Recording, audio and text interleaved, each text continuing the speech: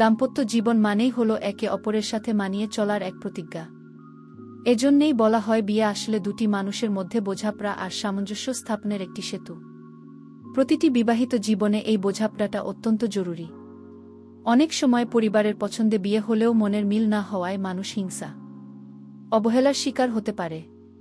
তাই বিয়ের আগেই নিজেদের ভবিষ্যৎ, আর্থিক অবস্থা, মানসিকতা এবং পারিবারিক বিষয়গুলো নিয়ে খোলাখুলি আলোচনা করে নেওয়া উচিত। আমার নাম প্রিয়া, আর 5টা মেয়ের মতোই ছোট থেকে একটা সুন্দর সংসারের স্বপ্ন দেখতাম। আমি এমন একজন জীবনসঙ্গী চেয়েছিলাম যে আমাকে খুব ভালোবাসবে, যার মধ্যে রোমান্টিকতা থাকবে এবং যে আমার সব বিষয়ে খেয়াল রাখবে। সেই স্বপ্ন নিয়েই আমার বিয়ে হয়েছিল রোহনের সাথে। বিয়ের পর প্রথম সবকিছু স্বপ্নের মতোই ছিল। বাসর রাতে রোহনের ভালোবাসার আদর পেয়ে মনে হয়েছিল আমি আমার স্বপ্নের রাজকুমারকে পেয়ে গেছি। কিন্তু সেই সুখ বেশিদিন স্থায়ী হল না। বিয়ের মাত্র 1 সপ্তাহ পর থেকেই আমি বুঝতে পারলাম আমি যা চেয়েছিলাম তা হয়ে পাইনি। আমার স্বামী রোহন সারাদিন বইয়ের পাতায় ডুবে থাকত। তার জীবনের একমাত্র লক্ষ্য ছিল আইএএস অফিসার হওয়া। এই স্বপ্নের পেছনে সে গত 5 বছর ধরে ছুটছিল, কিন্তু কিছুতেই সফল হতে পারছিল না। হাল ছাড়ার পাত্র সে ছিল না। তার বিশ্বাস ছিল একদিন সে সফল হবেই। সারাদিন সে অনলাইনে ক্লাস করত আর পড়াশোনা নিয়েই ব্যস্ত থাকত।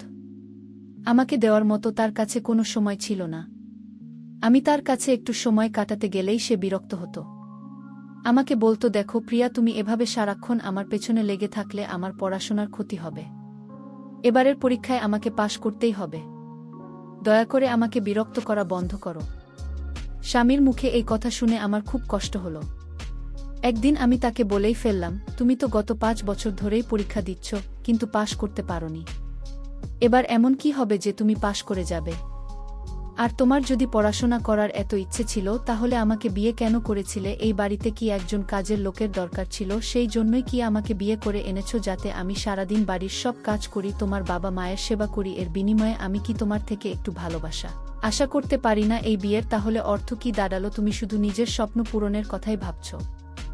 আমার স্বপ্নের কি হবে? আমার সব কথা শুনে রোহন আমার কাঁধে হাত রেখে শান্ত করার চেষ্টা করল। বলল, প্রিয়া, শান্ত হও। আমি একবার আইএস হয়ে গেলে তোমার সব স্বপ্ন পূরণ করব। এই বলে সে বই খাতা নিয়ে পাশের ঘরে চলে গেল। সেদিন আমার মনটা খুব ভারাক্রান্ত ছিল। মনের বোঝা হালকা করার জন্য আমি আমার সবচেয়ে কাছের বান্ধবীকে ফোন করে সব কথা খুলে বললাম।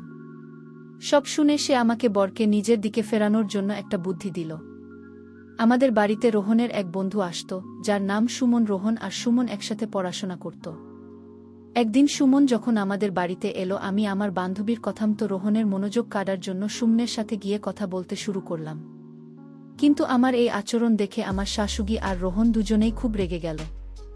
তারা আমাকে ধমক দিয়ে বলল, প্রিয়া, তুমি বাড়ির নতুন বউ, সবার সাথে এত কথা বলার দরকার নেই, ভেতরে যাও। সেদিন আমি বুঝতে পারিনি তারা কেন আমাকে সুমনের সাথে কথা বলতে বারণ করেছিল। এর পেছনে কারণটা আমি পরে বুঝতে পেরেছিলাম, যখন আমার বান্ধবী দেওয়া বুদ্ধিটা আমার জন্য একটা বিপদ ডেকে এনেছিল। আমি আসলে চেয়েছিলাম সুমনকে ব্যবহার করে রোহনকে ঈর্ষান্বিত করতে, যাতে সে আমার প্রতি একটু বেশি যত্নশীল হয়। তাই আমি রোহনকে দেখিয়ে দেখিয়ে সুমনের সাথে খুব মিষ্টি করে কথা বলছিলাম। আমার পরিকল্পনা কিছুটা কাজও করেছিল। রোহন যে মনে মনে বলছিল তা তার মুখ দেখেই বোঝা যাচ্ছিল, আর এটা দেখে আমি মনে মনে খুশিই হচ্ছিলাম। কিন্তু সমস্যা হলো, অন্য জায়গায় আমার মিষ্টি ব্যবহারকে সুমন ভুলভাবে নিয়েছিল। সে ভেবেছিল আমিও তার প্রতি আগ্রহী। একদিন সে আমার ঘরের ভেতরে একটা চিঠি ছুঁড়ে ফেলে দিল। চিঠিতে লেখা ছিল, প্রিয়া বৌদি, কাল সন্ধ্যায় তোমার সাথে পার্কে দেখা করতে চাই। আমি সেটার সময় তোমার জন্য অপেক্ষা করব। চিঠিখানা পড়িয়ে আমার মাথা গরম হয়ে গেল, কারণ সেই চিঠিতে অত্যন্ত নোংরা ভাষায় লেখা ছিল যে সে আমাকে ভোগ করতে চায়। আমাকে দেখে নাকি তার চাহিদা জেগেছে এবং সে আমাকে অনেক ভালোবাসা দেবে। তার এই নোংরা মানসিকতার পরিচয় পেয়ে আমার ভীষণ রাগ হলো। আমি ঠিক করলাম এর একটা বিহিত করতেই হবে। তার মনের ভুল ধারণা ভাঙানোর জন্য আমি সেদিন সন্ধ্যায় পার্কে গিয়েছিলাম, কিন্তু পার্কে গিয়ে দেখি সুমন সেখানে নেই। ঠিক তখনই আমার ফোনে একটা অচেনা নম্বর থেকে ফোন এলো। ফোনটা ছিল সুমনের। সে আমাকে ফোন করে বলল, বৌদি, তুমি আমার বাড়িতে চলে এসো, আমার শরীরটা ভালো লাগছে না, তাই আমি বাইরে যেতে পারছি না। তার কথা শুনে রাগে আমার শরীর জ্বলে উঠছিল। তার ভুল ধারণাটা একেবারে শেষ করে দেওয়ার জন্য আমি তার বাড়িতে গেলাম। গিয়ে দেখি তার বাড়ির দরজা খোলাই আছে। আমি দরজায় দাঁড়িয়ে তার নাম ধরে কয়েকবার ডাকলাম, কিন্তু কোনো সাড়া না পেয়ে আমি ঘরের ভেতরে ঢুকে পড়লাম। ভেতরে গিয়ে দেখি সুমন বিছানায় বসে আছে। আমাকে দেখেই সে খুশিতে দাঁত বের করে হাসল এবং আমার হাত ধরে বিছানায় বসতে বলল। তার স্পর্শে আমার গা ঘিন ঘিন করে উঠল। আমি প্রচণ্ড রেগে তার হাফ চাড়িয়ে দিয়ে বললাম, এসব অসভ্যতা সুমন, আমি একজন বিবাহিত নারী। তোমার সাহস কি করে হলো আমাকে এমন একটা নোংরা চিঠি লেখার? তুমি যে কতটা নির্লজ্জ, খারাপ মানসিকতার তা আমি আজ বুঝতে পারছি। এখন বুঝলাম কেন আমার শাশুড়ি আর রোহন তোমার সাথে কথা বলতে বারণ করেছিল। আমার কথা শেষ হতে না হতেই সুমন হঠাৎ করে পেছন থেকে আমাকে জাপটে ধরে বলল, আমি তো এখনো কোনো অসভ্যতা শুরুই করিনি। আমার আসল রূপ তো তুমি আজ দেখবে। তার কথা শুনে আমি তাকে ধাক্কা দিয়ে সরিয়ে দিয়ে তার গালে সজোরে একটা চড় মেরে বললাম, নির্লজ্জ, আমি তোমার সাথে দুইটা ভালো কথা বলেছি বলে ভেবেছ আমি সহজলভ্য? তুমি আমাকে কি ধরনের মেয়ে ভেবেছ? এরপরেই সুমন তার পশুরূপটা দেখালো। সে আমাকে সজোরে ধাক্কা মেরে বিছানায় ফেলে দিল এবং আমার সম্মান নষ্ট করার চেষ্টা করল। আমি তখন নিজের মান সম্মান বাঁচানোর জন্য সর্বশক্তি দিয়ে চিৎকার করতে লাগলাম এবং নিজেকে ছাড়ানোর চেষ্টা করছিলাম। ঠিক সেই ভয়ঙ্কর মুহূর্তে আমার স্বামী রোহন সেখানে এসে হাজির হলো, আমাকে ওই অবস্থায় আর সুমনকে আমার উপর জোর করতে দেখে রোহনের মাথায় রক্ত চড়ে গেল। সেই সুমনকে প্রচণ্ড মারতে শুরু করল। এরপর রোহন চিৎকার করে আমাকে বলল, এই কারণেই তোমাকে ওর থেকে দূরে থাকতে বলেছিলাম, কিন্তু তুমি আমার কোনো কথাই শোনোনি। কি দরকার ছিল ওর সঙ্গে এত মিষ্টি করে কথা বলার?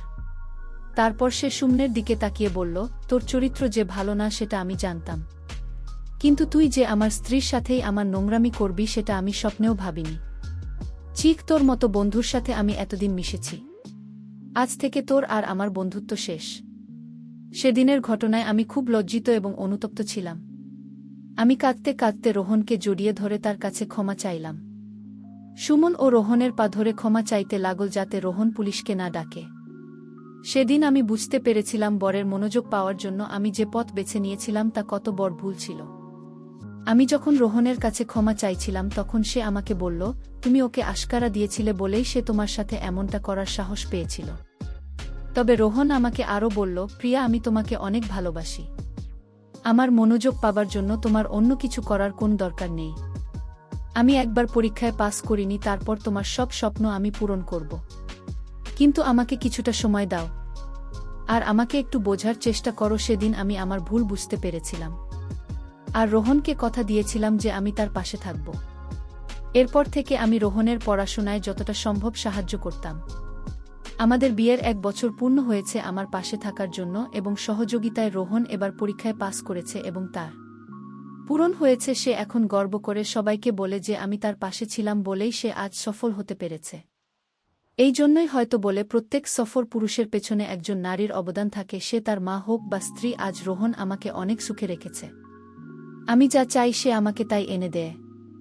আমি সেদিন ধৈর্য ধরেছিলাম বলেই আজ আমাদের জীবনটা এত সুন্দর হয়েছে। বন্ধুরা, আজকের গল্পটি এখানেই শেষ করছি। গল্পে কোনো ভুল ত্রুটি থাকলে ক্ষমা করে দেবেন।